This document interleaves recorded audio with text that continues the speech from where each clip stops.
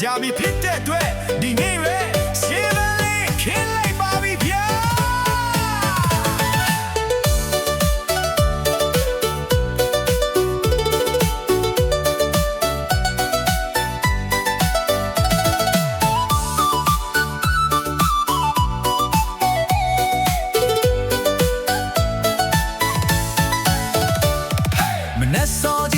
ရှေ့ပန်းတင်ပြီးကိုယ့်ရဲ့ကြည်ချမ်းစေပါကြီးဘယ်သူမှမဝေသေးဖုန်းလေးကိုမြည်ချင်တဲ့လက်ချောင်းမညောင်းပြီးချစ်သူရှာဖို့ကြောင်းညာထောင်းတာဒါရီပြရချင်းညောင်းပြီးပါစေကွက်ထဲမှာအရာရာစေးတန်နေခြင်းငါရဲ့ချစ်ကတော့လုံးဝကိုစေနှုံးမရှိလက်ကားပေးမယ်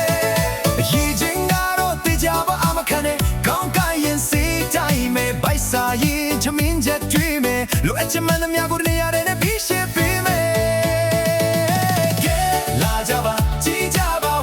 ကြပါဦးတယောက်တည်းနေရတာညီဝေးလို့ချစ်သူရှာနေပါပြီအမခံချက်ပြီးရှိတယ်ဒီရင်ခွင်ထဲမှာ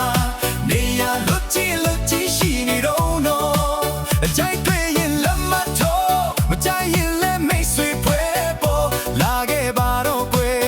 ကိုရဲ့မင်းမသိချင်လေရဲ့စေပန်းကင်းနေပြီဗျာ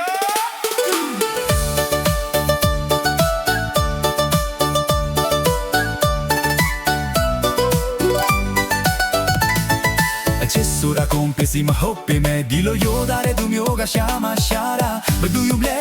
ဘယ်သူသိမလဲဘာစေသိ